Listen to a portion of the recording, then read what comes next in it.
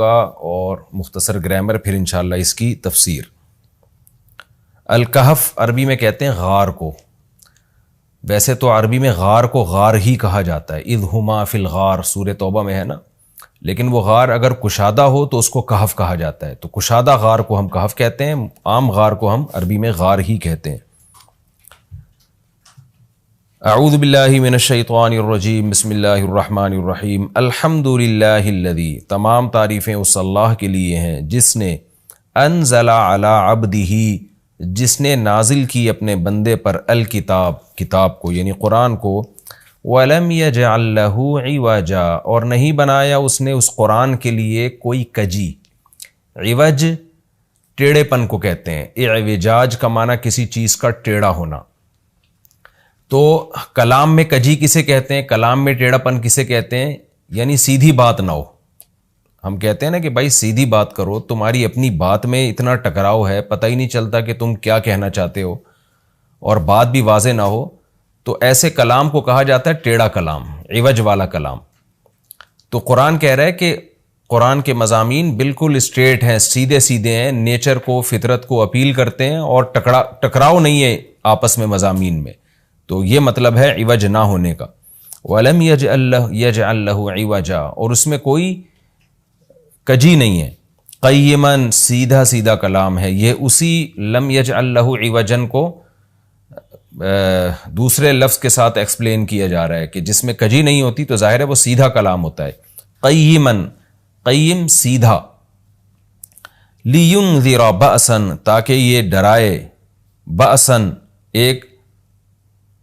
یعنی عذاب سے، مصیبت سے، شدیداً سخت عذاب سے، من لدنہ اللہ کی طرف سے، وَيُبَشِّرَ الْمُؤْمِنِينَ، اور مومنین کو یہ کلام خوشخبری سنا دے، الَّذِينَ يَعْمَلُونَ الصَّالِحَاتِ، وہ مومنین جو نیک عمل کرتے ہیں، کیا خوشخبری سنا دے ان کو، أَنَّ لَهُمْ أَجْرًا حَسَنًا، کہ بے شک ہے ان کے لیے اچھا اجر۔ ماکثین، مکث یمکث، مکثن کا معنی ہوتا ہے قرار پکڑنا، رہنا، ماکثین فیہ ابدا، اس اچھے اجر میں رہیں گے یہ ہمیشہ ہمیشہ۔ وَيُنذِرَ، اور تاکہ یہ کلام ڈرا دے، الذین، ان لوگوں کو، قالوا، جو کہتے ہیں، اتخذ اللہ ولدا، کہ اللہ نے اولاد ٹھہرا لی، معاذ اللہ۔ ما لہم بہ من علم، نہیں ہے ان کے لیے بہ، اس بات پر، من علم، کوئی علم۔ میں نے بتایا تھا علم کا ترجمہ دلیل سے بھی ہوتا ہے۔ ان کے لیے اس بات پر یعنی اس دعوے پر کوئی دلیل نہیں ہے ان کے پاس، وَلَا لِآبَائِهِمْ، اور نہ ان کے باپ دادا کے پاس کوئی دلیل ہے۔ کبورت کلیمتن، کبورا یہ ایک فعل تعجب ہے، بہت ہی یعنی تعجب کی بات ہے، یعنی بہت ہی بڑا کلمہ ہے، یعنی بہت ہی بری ہے یا بہت ہی بڑی ہے، ازروع کلمہ کے، یعنی ازروع بات کے، یہ بات بہت بڑی ہے، یعنی بری ہونے میں بہت بڑی ہے۔ یعنی جو انہوں نے کہا نا کہ اللہ تعالیٰ نے کسی کو اپنی اولاد ٹھہرا لی ہے، تو یہ بات بڑے ہونے کے لحاظ سے بہت ہی بری ہے، یہ ترجمہ ہوگا کبورت کلیمتن، یہ بہت ہی برا ہے، بڑا ہے کلمے کے اعتبار سے، تخرج، وہ کلمہ جو نکلتا ہے، من افواہہم، ان کے منہ سے، فوہ کہتے ہیں منہ کو، فوہ، اور افواہ اس کی جمع آتی ہے، تو ان کے منہ سے جو نکلتا ہے، تو جو کلمہ نکلتا ہے، تو یہ بات بہت بڑی ہے اس کلمے کے اعتبار سے، یعنی یہ کلمہ بہت ہی برا کلمہ ہے جو ان کی زبانوں سے نکلتا ہے۔ ان یقولون الا کذبا، نہیں کہتے یہ لوگ مگر جھوٹ۔ فلعلک، فا کا مطلب تو، یا پھر لعلک، شاید آپ، باخع نفسک، بخع یبخع ہلاک کرنا، آپ ہلاک کر بیٹھیں گے اپنی جان کو، علی آثارہم، ان کے نشانات، ان کے پیچھے۔ اثر نشان کو کہتے ہیں کیونکہ نشان انسان کے پیچھے پیچھے ہوتا ہے نا، تو اس کا مطلب ان کے پیچھے، یعنی آپ ان کے در پہ ہو کے ان کے پیچھے، ایسا لگتا ہے کہیں اپنی جان ہلاک کر بیٹھیں گے۔ ان لم یؤمنوا، اگر یہ لوگ اس ایمان نہ لائے، بہذا الحدیث، اس بات پر یعنی قرآن پر ایمان نہ لے کر آئے، تو ایسا لگتا ہے شاید کہ آپ اپنی جان ہلاک کر بیٹھیں گے ان کے پیچھے، اسفا، افسوس کرتے ہوئے۔ اسفا تاسف اردو میں بھی استعمال ہوتا ہے نا، بڑا تاسف ہوا، یعنی غم۔ تو آسان ترجمہ آیت کا کیا ہوگا، شاید کہ آپ ان کے پیچھے اپنی جان کو ہلاک کر بیٹھیں گے غم کی وجہ سے، اگر یہ اس بات پر ایمان نہ لے کر آئے، اس قرآن پر ایمان نہ لے کر آئے۔ انا جعلنا بے شک بنایا ہے ہم نے ما علی الارض اس چیز کو جو زمین پر ہے، کیا بنایا ہے ہم نے اس کو، زینت اللہ زمین کے لیے زینت، یعنی زمین سے مراد ہے زمین والوں کے لیے، زمین والوں کے لیے ہم نے جو کچھ زمین کے اوپر ہے وہ زینت بنایا ہے، لِنَبْلُوَهُمْ تاکہ ہم ان لوگوں کو آزمائیں، ایہم احسن عملا کہ ان میں کون ہے جو عمل کے لحاظ سے زیادہ اچھا ہے، وَإِنَّا لَجَاعِلُونَ اور بے شک بنانے والے ہیں ہم ما اس چیز کو علیہا جو زمین پر ہے، کیا بنانے والے ہیں، سعیدن میدان، جروزا چٹیل، سعید یصعد صعودن کا معنی اوپر چڑھنا، تو سعید زمین کے اوپر کے حصے کو کہتے ہیں کیونکہ وہ سب سے اوپر والی پرت ہے نا زمین کی، تو سب سے اوپر ہوتی ہے اس لیے اس کو سعید کہا جاتا ہے، تو مٹی کو بھی کہا جاتا ہے چونکہ زمین کے اوپر ہوتی ہے وہ، اور جروزا جرز کہتے ہیں کاٹنے کو، جرز عربی میں، جروز کٹی ہوئی، تو کٹی ہوئی زمین کا مطلب ہے جس کی فصل کٹی ہوئی ہو،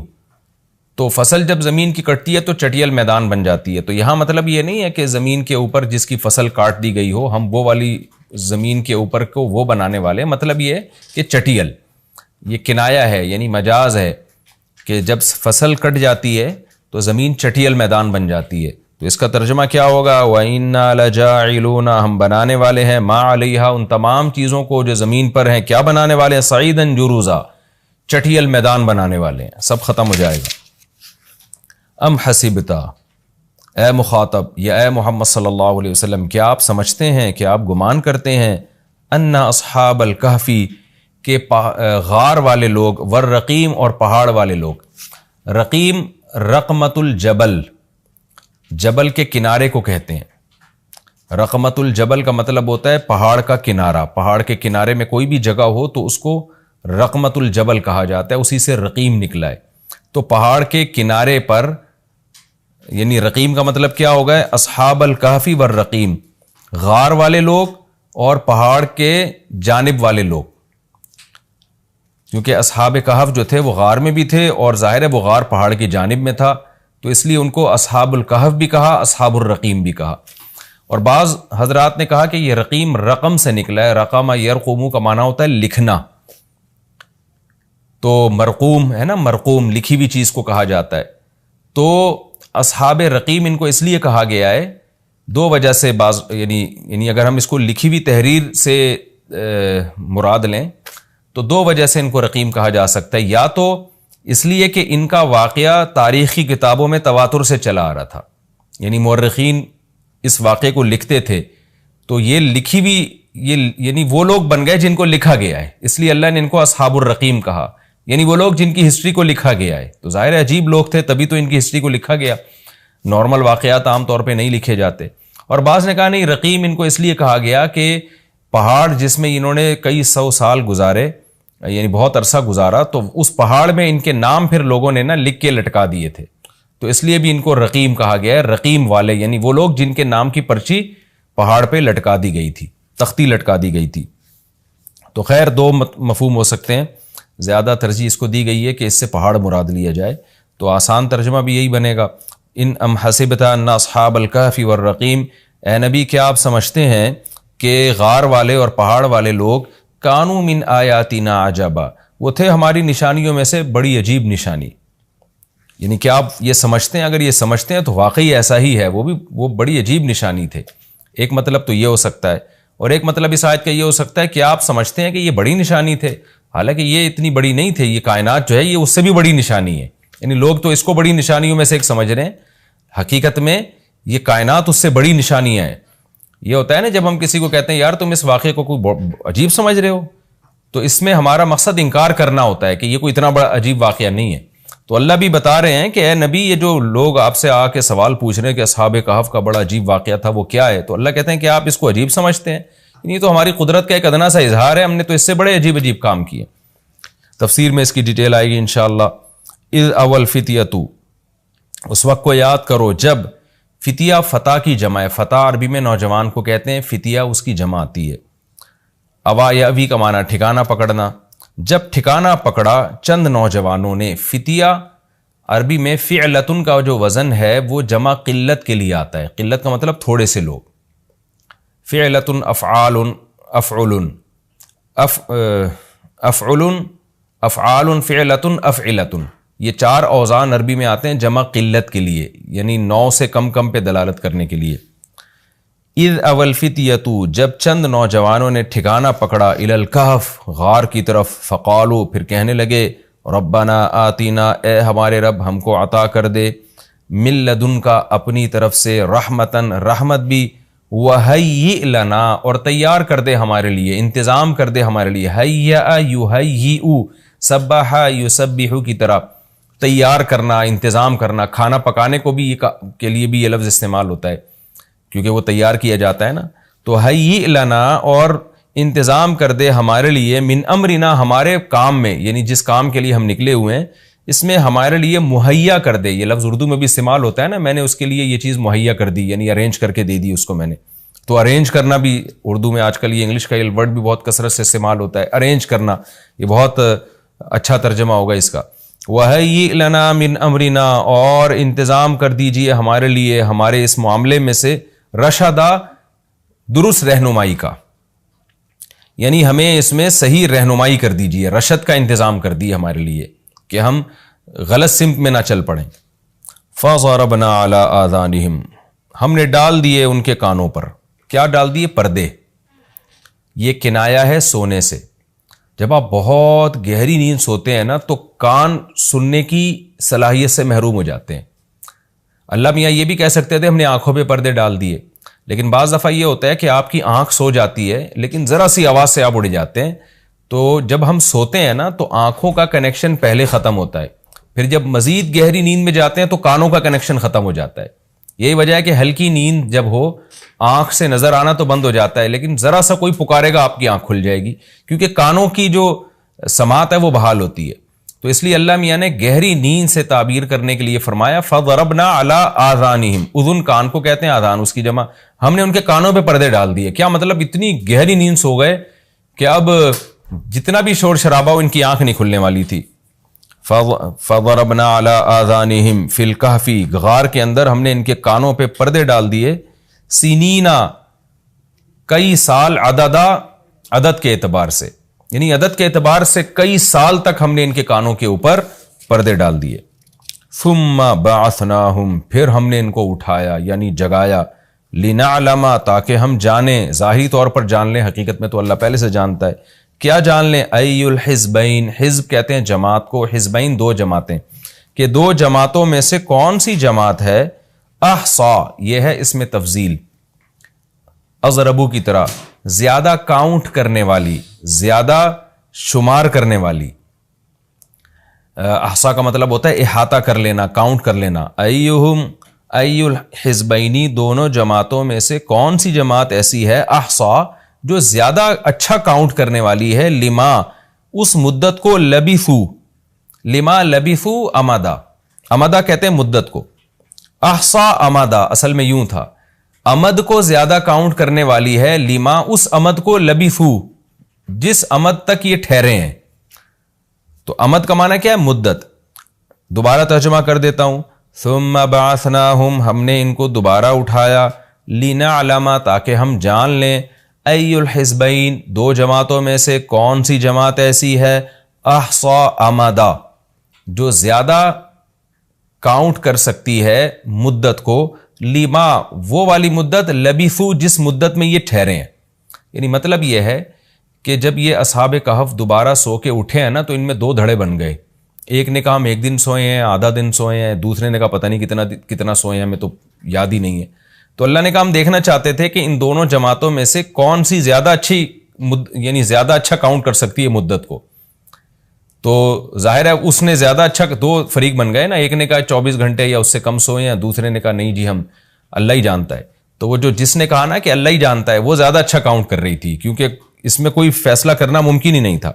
تو یہ لام عاقبت کا لام کہلاتا ہے۔ عاقبت کا لام کا مطلب جس کا رزلٹ یہ نکلا، یہ مطلب نہیں تھا کہ اللہ نے ان کو سلایا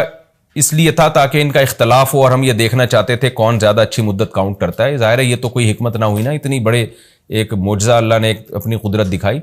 تو اس لام عاقبت کا مطلب کہ ہم نے جب ان کو اٹھایا تو اس کا رزلٹ یہ نکلا، بہت ساری حکمتیں حاصل ہوئی، ان میں ایک رزلٹ یہ بھی نکلا کہ ہم دیکھ رہے تھے کہ دیکھیں کون بتاتا ہے کہ ہم کتنی مدت تک ہم سوئیں اور اس میں درست نتیجے تک کون پہنچتا ہے.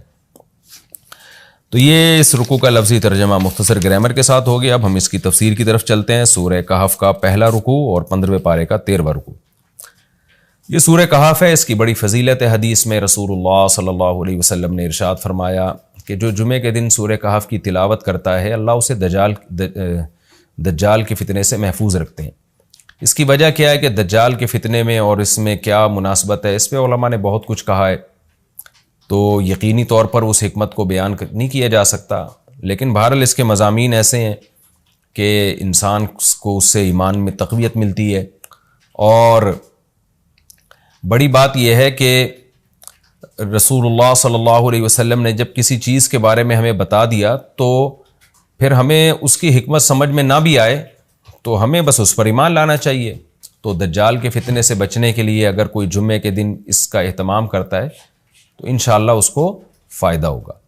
دجال کے فتنے سے بچنے میں سرسری غور سے ایک بڑی حکمت یہ معلوم ہوتی ہے کہ اللہ تعالیٰ نے بڑے بڑے قدرت کے اپنے نمونے دنیا میں دکھائے ہیں. جیسے اس میں خضر علیہ السلام کا واقعہ آئے گا، اصحاب کہف کا واقعہ، ذوالقرنین کا واقعہ، کہ کیسی اللہ نے ان کے ہاتھوں پہ اپنی قدرت کو ظاہر کیا. تو یہ اللہ تعالیٰ کے مختلف کام ہیں. یاجوج ماجوج کا تذکرہ بھی آئے گا اس میں.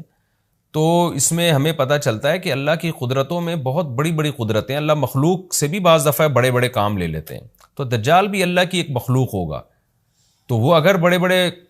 محیر العقول کام دکھا رہا ہے تو یہ اس کی علامت نہیں ہوگی کہ یہ خدا ہے. جیسے ذوالقرنین سے اللہ نے بڑا کام لیا تو وہ خدا تھوڑی بن گئے، اور خضر علیہ السلام کے ذریعے اللہ نے مردے کو زندہ ایک جو ہے نا وہ دیوار کو سیدھا کروا دیا اور تختہ جڑوا دیا، اور کچھ انہوں نے اللہ کے بتانے سے غیب کی خبریں بتا دیں، تو اس سے وہ خدا تو نہیں بن گئے. اور جو اس طرح اصحاب کہف کئی سو یعنی 300 سال تک غار میں سوتے رہے تو اس سے وہ خدا نہیں بن گئے. تو ایسے ہی دجال کے جب ہم محیر العقول واقعات دیکھیں گے تو یہ اس کی علامت نہیں ہے کہ یہ خدا ہے، بلکہ اللہ کی مخلوق ہے. تو اللہ تعالیٰ نے جیسے پچھلے پیغمبروں میں ایسے واقعات رونما ہوئے اور مقصد لوگوں کی آزمائش تھا، تو دجال بھی لوگوں کی آزمائش ہی کے لیے آئے گا. اور بہت ساری حکمتیں ہیں جو علماء نے بیان کی ہیں. اچھا، یہ جو جمعے کے دن سورہ کہف پڑھنے کی فضیلت ہے، تو یہ جمعے کی رات کو اگر کوئی پڑھ لے تو بھی یہ فضیلت حاصل ہو جائے گی. تو کیونکہ روایات میں جمعے کی رات کا بھی تذکرہ ملتا ہے اور جمعے کا بھی تذکرہ ملتا ہے. الحمدللہ الذی، تمام تعریفیں اس اللہ کے لیے ہیں، انزل علی عبدہ الکتاب، جس نے اپنے بندے پر کتاب کو نازل کیا، ولم یجعل لہ عوجا، اور اس کتاب میں اس نے کوئی کجی نہیں رکھی. یہ قرآن کا کمال ہے. آپ الحمد سے لے کے والناس تک پڑھیں، 2 اور 2 4 کی طرح اس کی آیتیں اور اس کے مضامین سمجھ میں آتے ہیں. قرآن کے علاوہ کوئی بھی مذہبی کتاب آپ پڑھ لینا تو آپ کو سمجھ میں نہیں آئے گی کہ یہ کیا کہا جا رہا ہے اس میں، اور وہ باتیں نیچر کو اپیل بھی نہیں کریں گی، اور انسان وسوسوں کا شکار ہو جائے گا اور مصیبت میں پڑ جائے گا. لیکن قرآن کے دعوے کتنے واضح ہیں، اور دعووں میں تناقض نہیں ہے. قرآن نے کہا خدا ایک ہے، ہر جگہ یہی کہا کہ ایک ہے. محمد صلی اللہ علیہ وسلم کو کہا کہ نبی ہیں، بشر ہیں نبی ہیں. تو بشریت کو ثابت کیا قرآن نے. جہاں نبی صلی اللہ علیہ وسلم سے اوٹ پٹانگ معجزوں کا مطالبہ کیا گیا تو بتا دیا گیا میں بشر ہوں. ایک ہی دعویٰ رہا ہے مسلسل شروع سے آخر تک، اور آخری نبی ہونے کا جب دعویٰ کیا گیا تو آخری ہی، یہ نہیں کہ پھر قرآن میں اشارے دے دیے ہوں کہ کوئی اور نبی بھی آئے گا. تو تناقض نہیں ہے قرآن میں. نماز کو فرض کیا تو نماز فرض ہے. تو یہ جتنے مضامین، پھر اخلاقیات کی جو تعلیم دیں وہ تعلیم سیم ہے. تو یہ ہے کہ عوج نہیں ہے، بالکل نیچر کو اپیل کرنے والی 2 اور 2 4 کی طرح صاف ستھری باتیں ہیں قرآن مجید میں. یہ خود قرآن کا ایک بہت بڑا معجزہ ہے. آپ کبھی بھی کسی جھوٹے آدمی کو جب سنیں گے نا، اس کی باتوں میں ٹکراؤ بہت ہوگا. میں ایک دفعہ تحقیق کر رہا تھا، یہ منکرین حدیث جو ہیں جنہوں نے کہا دعویٰ کیا کہ حدیث حجت نہیں ہے، تو ہمارے شیخ حضرت مفتی رشید احمد صاحب رحمہ اللہ تعالی نے اصل الفتاویٰ کی 2 جلد میں ان کے خلاف بہت کچھ لکھا ہے. تو اس میں ایک بڑی دلچسپ بات یہ تھی کہ جب یہ منکرین حدیث کا جو بانی ہے نا، پرویز نام تھا اس کا، پورا نام اس وقت ذہن میں نہیں ہے، تو اس کی کتابوں سے حضرت نے تناقض نکالا. مفتی رشید احمد صاحب رحمۃ اللہ علیہ نے تناقض کیا نکالا؟ ایک جگہ لکھ رہا ہے کہ حدیث حجت نہیں ہے، دوسری جگہ لکھ رہا ہے کہ حدیث حجت تو ہے لیکن جن ذرائع سے ہم تک پہنچی وہ ذرائع حجت نہیں ہے، اور ایک جگہ لکھ رہا ہے کہ حدیث حجت بھی ہے لیکن صرف نبی صلی اللہ علیہ وسلم کے دور تک کے لیے حجت ہے، ہمیشہ کے لیے حجت نہیں ہے۔ تو ایسے کئی تناقض، تو اس میں حضرت نے لکھا کہ اس سے پتہ چلتا ہے کہ یہ بیچارہ خود اس کو پتہ نہیں ہے کہ یہ اس کا دعویٰ کیا ہے، یعنی اس سے صاف واضح ہوتا ہے کہ ان کا مقصد صرف اور صرف ہمیں اسلام سے ہٹانا ہے، اور حدیث کو مشکوک قرار دے کر، کیونکہ زیادہ تر جو قوانین ہمیں اسلام کے ملتے ہیں وہ تو قرآن میں بہت کم ملتے ہیں، وہ تو احادیث میں ملتے ہیں۔ قرآن تو زیادہ تر عقیدے کی بات کرتا ہے، آخرت کے تصور کو ہماری نظروں میں اجاگر کرتا ہے، اخلاقیات سکھاتا ہے، مسائل، فقہی مسائل، وہ تو زیادہ تر احادیث میں ہے، اسلامی قانون جسے ہم کہتے ہیں۔ تو مقصد اس کا یہ ہے کہ اسلامی قانون سے کسی طرح لوگوں کو ہٹایا جائے۔ تو جیسے جس وقت بن پڑی وہ دعویٰ اس نے کر دیا۔ کبھی مجلس دیکھی کہ یار اس وقت یہ دعویٰ کرنا زیادہ مناسب ہے کہ حدیث حجت تو ہے لیکن جن ذرائع سے پہنچی وہ ذرائع قابل اعتماد نہیں ہے، تو وہاں اس نے یہ دعویٰ کر دیا۔ تو جھوٹا آدمی کسی ایک بات پہ ٹکتا نہیں ہے۔ آپ مرزا غلام احمد قادیانی کے دعووں کو دیکھ لیں، اس کی کتابوں میں کہیں وہ لکھتا ہے کہ میں نبی نہیں ہوں، میں تو امام ہوں، اور کہیں لکھتا ہے کہ میں، شروع میں اس نے یہ دعویٰ کیا تھا کہ میں نبی نہیں ہوں، میں امام مہدی ہوں،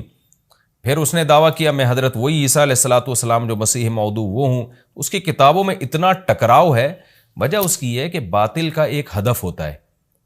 تو وہ دیکھتا ہے کہ جیسا دیس ویسا بھیس، جیسے اس کا ہدف ہوتا ہے شہرت، دولت، اور یا لوگوں میں پھوٹ ڈالنا یا کوئی منصب حاصل کرنا کسی سے، تو وہ پھر دیکھتا ہے کہ جس وقت جو طریقہ اس کو سوٹیبل لگتا ہے نا، وہ وہی طریقہ اختیار کر لیتا ہے۔ تو ہر باطل میں یہ ہوتا ہے، آج بھی ہم دیکھتے ہیں جو اہل باطل ہوتے ہیں وہ کسی ایک بات پہ ٹکتے نہیں ہیں۔ ایک تو ہوتا ہے نا انسان سے غلطی سے ایک دعویٰ ہو گیا اس سے رجوع کر لے، وہ ایک الگ چیز ہے، وہ تو ہر انسان سے خطا ہو سکتی ہے،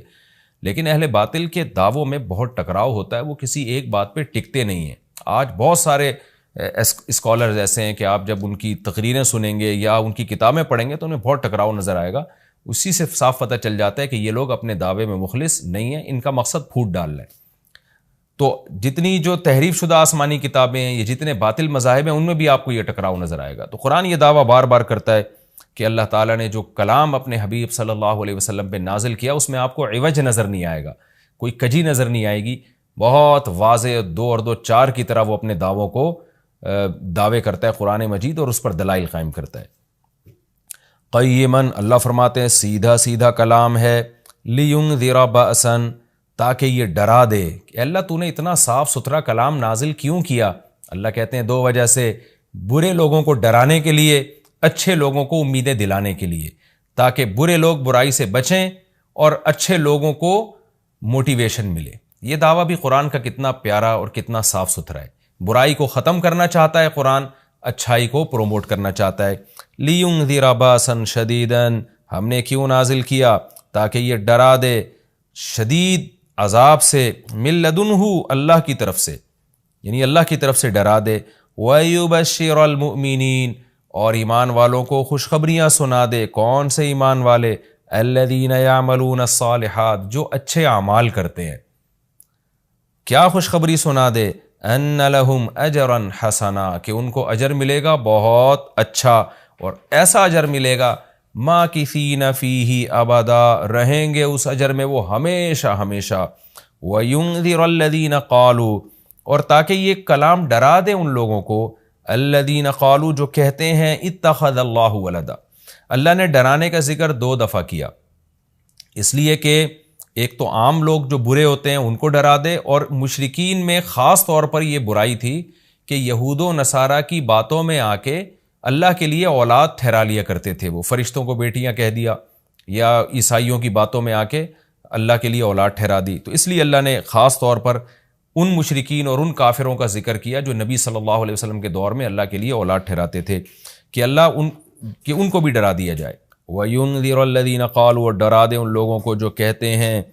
اتخذ اللہ ولدا، کہ اللہ نے ٹھہرا لی ہے اولاد۔ سورہ کہف بھی مکی صورتوں میں سے ہے نا، تو اس میں بھی توحید کا مضمون بہت ہوگا۔ ما لہم بہ من علم، نہیں ہے ان کے لیے اس دعوے پر کوئی دلیل، ولا لآبائہم، اور نہ ان کے باپ دادا کے پاس کوئی دلیل تھی۔ یہ اکثر کہتے تھے نا بھائی ٹھیک ہے ہمارے پاس دلیل نہیں ہے لیکن ہم اپنے باپ دادا کو فالو کرتے ہیں، تو اللہ کہتے ہیں تمہارے باپ دادا کے پاس کون سے اس دعوے کی کوئی دلیل تھی؟ اور یہ جملہ ہلکا نہیں ہے، کبرت کلمۃ، بہت بڑا ہے یہ کلمے کے اعتبار سے، ایسا کلمہ جو ان کی منہ سے نکلتا ہے۔ منہ سے نکلنے والا کلمہ یہ بہت بڑا کلمہ ہے، بہت بھاری ہے زمین اور آسمان پر، کہ اللہ کے لیے اولاد ٹھہرا دی۔ ان یقولون الا کذبا، نہیں بولتے یہ لوگ مگر نرا جھوٹ بولتے ہیں یہ۔ فلعلک باخع نفسک علی آثارہم، اللہ تعالیٰ اپنے حبیب صلی اللہ علیہ وسلم کو تسلی دے رہے ہیں کہ اتنا سری جھوٹ بولتے ہیں اور آپ کی دعوت اتنی واضح ہے پھر بھی یہ ایمان نہیں لاتے، تو اے نبی کہیں ایسا نہ ہو کہ آپ غم میں اپنی جان ہی نہ ہلاک کر بیٹھیں، کیونکہ رسول اللہ صلی اللہ علیہ وسلم کا دل بہت گھٹتا تھا کہ اتنی واضح بات میں کر رہا ہوں، اتنا میرے دعوے میں اتنی کلیئرٹی ہے، اس کے باوجود یہ مانتے کیوں نہیں ہیں؟ تو غم سے آپ کا سینہ گھٹتا تھا، تو اللہ نے آپ کو بتایا کہ یہ آپ کی حالت یہ ہو گئی ہے شاید کہ آپ اپنی جان ہی ہلاک کر بیٹھیں۔ دیکھیں اللہ کا شاید یہ ہماری زبان میں اللہ ہم سے بات کرتے ہیں نا، ورنہ اللہ کے لیے تو شاید نہیں، اللہ کے لیے جو چیز ہوتی ہے یقینی ہوتی ہے۔ تو یہاں شاید کا مطلب کیا ہوگا کہ کوئی بھی دیکھنے والا آپ کی کنڈیشن کو دیکھے نا اس وقت، تو وہ کہے گا کہ آپ کی موت نہ واقع ہو جائے، اتنا غم ہے آپ کو۔ تو مقصد ہے غم کی شدت کو بیان کرنا۔ تو اللہ فرماتے ہیں شاید کہ آپ اپنی جان ہی ہلاک کر بیٹھے ان کے پیچھے، یعنی ان کے غم میں، اگر یہ لوگ اس قرآن پر ایمان نہ لے کر آئے، اسفا، افسوس اور غم میں آپ کی جان ہی کہیں آپ ہلاک نہ کر بیٹھیں۔ پھر آگے اللہ بتا رہے ہیں کہ یہ ایمان کیوں نہیں لے کر آتے۔ آپ غم نہ کریں، آپ کی دعوت میں کوئی کمی نہیں، آپ کے دلائل میں کوئی کمی نہیں، ایمان نہ لانے کی وجہ ہم بتاتے ہیں کیا ہے۔ کچھ لوگ لائیں گے، کچھ نہیں لے کر آئیں گے، وجہ کیا ہے وہ ہم بتا رہے ہیں اگلی آیت میں، انا جعلنا ما علی الارض، ہم نے بنایا ہے ہر اس چیز کو جو زمین کے اوپر ہے، زینت اللہ، زمین کے لیے، یعنی زمین والوں کے لیے زینت، اٹریکٹیو بنایا ہم نے۔ زمین اجڑی ہوئی ہوتی، کسی کا دل ہی نہ لگتا زمین میں، تو سارے آخرت ہی کی فکر میں لگ جاتے، لیکن زمین میں اٹریکشن ایسی پیدا کر دی ہے کہ یہ اللہ سے غافل کرتی ہے، حق سے دور کرتی ہے۔ ہر آدمی اس زمین کی زینت کو حاصل کرنے کی کوشش کرتا ہے۔ زینت وہ چیز ما یتزین، جو مزین ہوتی ہے اور جس کی طرف انسان کی اٹریکشن ہوتی ہے، چاہے حقیقت میں وہ اٹریکشن کے قابل ہو یا نہ ہو۔ جیسے گندگی کا ڈھیر ہے، اٹریکشن نہیں ہوتی، لیکن آپ نے اس کے اوپر ایک خوبصورت ململ کا کپڑا ڈال کے خوشبو چھڑک دی تو اب وہ دیکھنے میں بھلی لگنے لگے گی۔ تو جو چیز دیکھنے میں بھلی لگتی ہے اس کو مزین کہا جاتا ہے، چاہے حقیقت میں ہو یا نہ ہو۔ تو اللہ نے کہا کہ ہم حقیقت میں زمین اچھی ہے یا نہیں ہے یہ لوگ اس کو نہیں دیکھتے، بس اٹریکٹیو ہے اس کو دیکھتے ہیں کہ اس کا یہ اٹریکٹ کرتی ہے اپنی طرف۔ حقیقت میں دیکھا جائے تو مسافر خانہ ہے نا، کتنی بھی مل جائے تو ختم ہونے والی ہے، تو فنا ہونے والی چیزوں سے کون دل بہلاتا ہے۔ لیکن اللہ بتا رہے کہ ہم نے چونکہ اس کو مزین کر دیا ہے، تو اس مزین ہونے کا نتیجہ یہ ہے کہ کچھ لوگ اس میں پڑھ کے اللہ کو بھول جاتے ہیں اور کچھ اس کی حقیقت کو دیکھ کر اللہ کو یاد رکھتے ہیں۔ تو آزمائش جب ہی ممکن ہے جب اس زمین کو اٹریکٹیو بنایا جائے۔ آگے اس لیے اللہ نے فرمایا کہ ہم نے بنایا ہے جو کچھ اس زمین کے اوپر ہے، زینت اللہ، زمین کے لیے مزین۔ کیوں بنایا ہے؟ لِنَبْلُوَهُمْ، تاکہ ہم لوگوں کو آزمائیں، ایہم احسن عملا، کہ ان میں عمل کے لحاظ سے زیادہ اچھا کون ہے۔ اگر زمین کو مزین نہ بنایا جاتا تو سارے عمل کے لحاظ سے بہت اچھے ہو جاتے، کیونکہ قربانی نہ دینی پڑتی۔ اب اس مزین زمین کی بہت سی چیزوں کو چھوڑنا پڑتا ہے، نماز کے وقت دکان چھوڑنی پڑتی ہے، اور صدقات و خیرات کے وقت مال کی قربانی دینی پڑتی ہے، اور جو شریعت کے جتنے بھی احکام ہیں تو جاہ کی قربانی دینی پڑتی ہے، منصب کی قربانی دینی پڑتی ہے۔ تو اللہ کہتے ہیں ہم نے چونکہ مزین بنا دیا تاکہ ہم لوگوں کو آزمائیں۔ تو ظاہر ہے جب آزمائش ہوتی ہے تو اے نبی کچھ لوگ کامیاب ہوتے ہیں اور کچھ لوگ ناکام ہوتے ہیں۔ تو آپ چاہتے ہیں کہ ساری دنیا ایمان لے آئے، سارے نیک بن جائیں، یہ آپ کی چاہت پوری نہیں ہو سکتی، کیونکہ امتحان میں 100% لوگ کامیاب عام طور پر نہیں ہوا کرتے۔ وَإِنَّا لَجَاعِلُونَ مَا عَلَيْهَا صَعِيدًا جُرُزًا، اور یاد رکھو جو کچھ زمین کے اوپر ہے ہم اس کو بنانے والے چٹیل میدان۔ یعنی اللہ نے جب یہ کہا نا کہ زمین کے اوپر کی چیزوں کو ہم نے مزین کر دیا، تو آگے نافرمانوں کو ایک دھمکی بھی دے دی ہے کہ تم جو اس میں پڑھ کر ایمان سے اور نیک عمل سے غافل ہو رہے ہو کہ بھئی اتنی اٹریکشن ہے، تو اس کا ایک دوسرا پہلو بھی ہے۔ وہ پہلو کیا ہے؟ چٹیل میدان بن جائے گی، سب تباہ و برباد ہو جائے گا۔ یعنی ایگزامینیشن ہال میں جب جو نعمتیں آپ کو دی جاتی ہیں وہ ہمیشہ کے لیے تھوڑی دی جاتی ہیں، وہ تو اس وقت تک کے لیے دی جاتی ہیں جب تک امتحان چل رہا ہے، اس کے بعد وہ لے لی جاتی ہیں واپس۔ تو اسی طرح اللہ اس زمین کو ختم کر دیں گے، اور تب پوری ترقی، جو انسان کی جتنی بھی ترقی ہے زمین میں اور کائنات میں، ساری زمین بوس ہو کے ختم ہو جائے گی، اور اللہ تعالیٰ جس مقصد کے لیے انسان کو پیدا کیا گیا اس مقصد کے بارے میں انسان سے سوال کریں گے۔ ام حسبت ان اصحاب الکہف والرقیم، قرآن نے یہ کچھ تمہید بیان کی کہ یہ دنیا آزمائش کے لیے اور سب کچھ ختم ہو جائے گا، جو قرآن کا اصل مقصود ہے۔ اب قرآن ایک واقعے کی طرف آتا ہے۔ مشرکین مکہ یہود و نصارہ سے بہت سی چیزیں سنا کرتے تھے، اور یہود آ کے ان کو چپکے چپکے گائیڈ کرتے تھے کہ جس نے نبوت کا دعویٰ کیا ہے نا، تم ان سے یہ سوال پوچھو، تم ان سے یہ سوال پوچھو۔ پھر یہود دیکھتے تھے کہ ہماری تورات کے مطابق جواب ملتا ہے کہ نہیں ملتا، تو ان کا یعنی خیال یہ تھا کہ محمد صلی اللہ علیہ وسلم جواب نہیں دے پائیں گے تو ہم بتائیں گے دیکھو ہماری تورات میں تو یہ لکھا ہے، اگر یہ اللہ کے نبی ہیں تو یہ تو ہر آسمانی کتاب یہ واقعہ بیان کرتی ہے، تو قرآن کیوں بیان نہیں کر رہا؟ تو یہودیوں نے آ کے مشرکین مکہ سے کہا، مشرکین مکہ نے نبی صلی اللہ علیہ وسلم سے سوال پوچھا۔ ان میں 3 سوال تھے، ایک روح سے متعلق جس کا سورہ بنی اسرائیل میں جواب دے دیا گیا،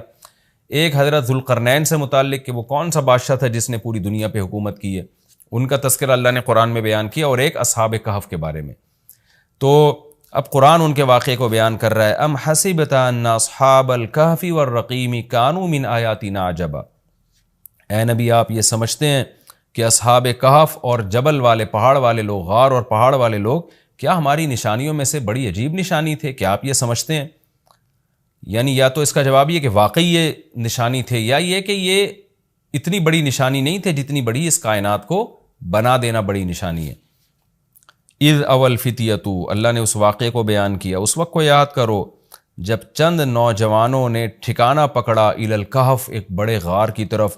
فقالو، پھر کہنے لگے۔ اب دیکھیں قرآن جب واقعہ بیان کرتا ہے نا، تو سوال تو مشرکین نے اصحاب کہف کا پوچھا تھا، بتا دیا جاتا بھئی ایک زمانے میں اصحاب کہف تھے، جو مشرک بادشاہ تھا جس کے ظلم سے تنگ آ کے وہ علاقہ چھوڑ کے چلے گئے، اور 300 سال غار میں رہے، اور پھر 300 سال کے بعد واپس آئے، اور لوگوں نے پھر بڑی عقیدت کی، محبت کی، بس اتنا کافی تھا۔ لیکن قرآن واقعہ اس انداز سے بیان کرتا ہے کہ اس میں اسباق ملنا شروع ہو جائیں، ہمیں اس میں اسباق ملنا شروع ہو جائیں۔ اب دیکھیں شروع کیسے کیا جا رہا ہے۔ کیا تم یہ سمجھتے ہو کہ اصحاب کہف کا واقعہ کوئی عجیب واقعہ ہے؟ یعنی اللہ کے لیے تو کوئی عجیب نہیں ہے، یعنی انسانوں پر گویا اللہ تعجب کر رہے ہیں کہ اس واقعے کو تم عجیب سمجھ رہے ہو، اور اس سے بڑے عجیب عجیب کام جو ہم نے کر دیے، پانی کے قطرے سے انسان کو بنا دیا، اور اتنا بڑا نظام بنا دیا ہم نے کائنات کا، اس کو عجیب نہیں سمجھ رہے۔ تو یہ انسان کی بھی عقل ہے نا کہ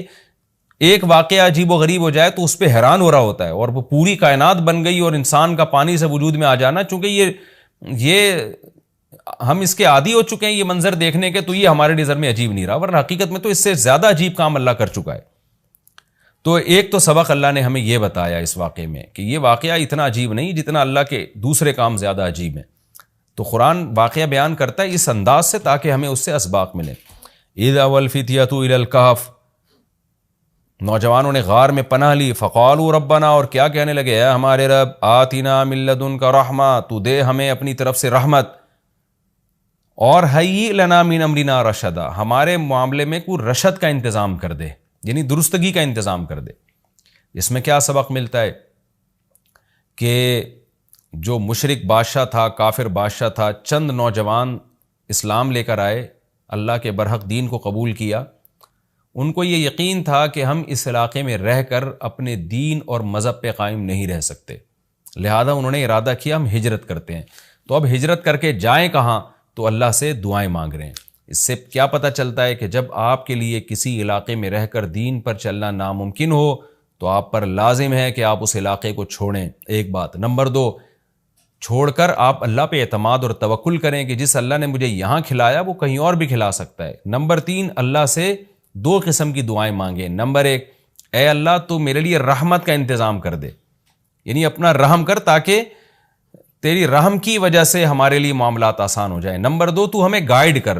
ہیئ لنا من امرنا رشدا کا مطلب سیدھا راہ دکھا، ہمیں بتا کہ ہم نے جانا کہاں ہے، کس ملک میں اسٹے کرنا ہے، سفر کیسے کرنا ہے۔ یہ بالکل ایسے ہی ہے جیسے موسیٰ علیہ الصلوۃ والسلام سے غلطی سے قتل ہو گیا، تو اب مدین سے جب نکلنا تھا، مصر سے جب نکلنا تھا تو راستہ معلوم نہیں تھا، تو وہاں بھی اللہ تعالیٰ سے موسیٰ علیہ السلام نے دعا مانگی کہ ولما توجہ تلقاء مدین قال عسى ربی ان یہدینی سواء السبیل، مجھے امید ہے میرا رب مجھے سیدھا راستہ دکھائے گا۔ تو جب انسان کو راستے معلوم نہ ہو، گائیڈنس نہ مل رہی ہو کہ جانا کہاں ہے، کہاں اسٹے کرنا ہے، تو ایسے موقع پہ اللہ سے سیدھے راستے کی دعا مانگنی چاہیے۔ تو یہاں بھی انہوں نے دعا مانگی کہ اللہ تو ہمارے لیے رحمت کا انتظام کر دے اور ہمارے لیے ہمیں گائیڈ کر دے کہ ہم نے جانا کہاں ہے، کہاں اسٹے کرنا ہے۔ تو قرآن کہتا ہے ہم نے ان کی دعا کو قبول کی، فَضَرَبْنَا عَلَىٰ آذَانِهِمْ، رحمت کا انتظام کیسے ہوا کہ ہم نے غار کے اندر، کیونکہ گئے ان کے کتے کو ساتھ لے کر غار کے اندر گئے ہیں، اور وہاں انہوں نے کہا کہ فی الحال ہم یہاں لوگوں سے چھپ جائیں، کسی طریقے سے پناہ میں آ جائیں، پھر دیکھیں گے جی اٹھ کے ہم نے جانا کہاں ہے۔ تو قتل کے خوف سے نکلیں اور غار میں جا کے آرام کیا، تو اللہ کہتے ہیں ہم نے ان کے کانوں پہ پردہ ڈال دیا، سلا دیا گہری نیند، سنین عددا، کئی سال تک، ثم بعثناہم، پھر ہم نے ان کو جگایا، لنعلم ای الحزبین، تاکہ ہم دیکھیں، جس کا نتیجہ یہ نکلا کہ ہم یہ دیکھنا چاہتے تھے ان دونوں میں سے کون سا فریق ایسا ہے احصیٰ لما لبثوا امدا، جو مدت کے اعتبار سے زیادہ کاؤنٹ کرنے والا ہے اس مدت کو، لما لبثوا، جس مدت تک یہ لوگ ٹھہرے۔ یعنی اللہ تعالیٰ بھی گویا ان کو دیکھ کے خوش ہو رہے ہیں کہ دیکھیں ان کے آپس میں تبصرے کیا ہوتے ہیں، کیونکہ کسی کے ساتھ ایسا کبھی نہیں ہوا۔ تو اب جب یہ اٹھیں گے تو اللہ کی گویا کہ اللہ تعالیٰ بھی ان کی بات کو دیکھ کرنا ایک خوش ہو رہے ہیں ان کو دیکھ کے کہ دیکھو میں یہ باتیں آپس میں کیا کرتے ہیں۔ تو کسی نے کیا کہا، کسی نے کیا کہا، یہ سارا تذکرہ آگے آئے گا۔ یہ واقعہ آگے بھی چلے گا اور انشاءاللہ اس کی تفصیل اگلے رکوع میں زیادہ آئے گی۔ ہمارا یہ رکوع الحمدللہ کمپلیٹ ہو گیا اور وقت بھی تقریباً کمپلیٹ ہی ہونے والا ہے ہمارا، تو انشاءاللہ اگلے ایپیسوڈ میں اس واقعے کو ہم مکمل کریں گے۔ تفسیر اس کی بہت آسان ہے، زیادہ ڈیٹیل میں جانے کی ضرورت نہیں ہے، اور میں بار بار بتاتا ہوں کہ یہ جو میں تفسیر کے لیکچر ریکارڈ کروا رہا ہوں، اس کا بنیادی مقصد صرف اور صرف یہ ہے کہ جب آپ قرآن مجید کی تلاوت کریں تو آپ کو سمجھ میں آئے کہ آپ کیا پڑھ رہے ہیں، کیا سن رہے ہیں۔ تلاوت سنیں تو سمجھ میں آئے کہ کیا سن رہے ہیں آپ، تراویح میں یا ویسے نارملی جب آپ تلاوت کرتے ہیں۔ اس تفسیر کے لیکچر کا مقصد لمبی چوڑی تفسیریں نہیں ہیں، کیونکہ میں اگر چاہوں تو ایک رکوع میں 6 مہینے لگا دوں اس کی ڈیٹیل بیان کرنے میں، اور چاہوں تو میں مختصر رکھوں اس کو۔ تو میں نے مختصر اس لیے رکھا ہے کہ آپ کو قرآن سمجھ میں آئے، لہذا قرآن سامنے رکھ کر آپ بیٹھا کریں اور ایک ہی لائنوں والا قرآن ہمیشہ رکھیں۔ 15 لائنوں والا ہے تو پوری زندگی پھر 15 لائنوں والوں سے تلاوت کریں، 16 لائنوں والا ہے تو 16 لائنوں والے سے آپ تلاوت کریں، تاکہ آپ کو جب وہ صفحہ سامنے ہوگا نا تو آپ جب بھی تلاوت کریں گے تو آپ کو اس کا مفہوم انشاءاللہ ذہن میں آئے گا، تو قرآن کی بیس آپ کی مضبوط ہو جائے۔ باقی تفسیریں تو پھر اتنی لمبی تفسیریں ہیں، وہ پڑھتے چلے جائیں، اس میں علمی نکات بہت ہیں، تو میں چاہتا ہوں آپ کی بیس مضبوط ہو جائے۔ جب قرآن پڑھیں آپ تو عربی میں ہی سمجھ میں آئے آپ کو، قرآن سنیں تو عربی میں ہی سمجھ میں آئے آپ کو، تو یہ بنیادی مقصد ہے۔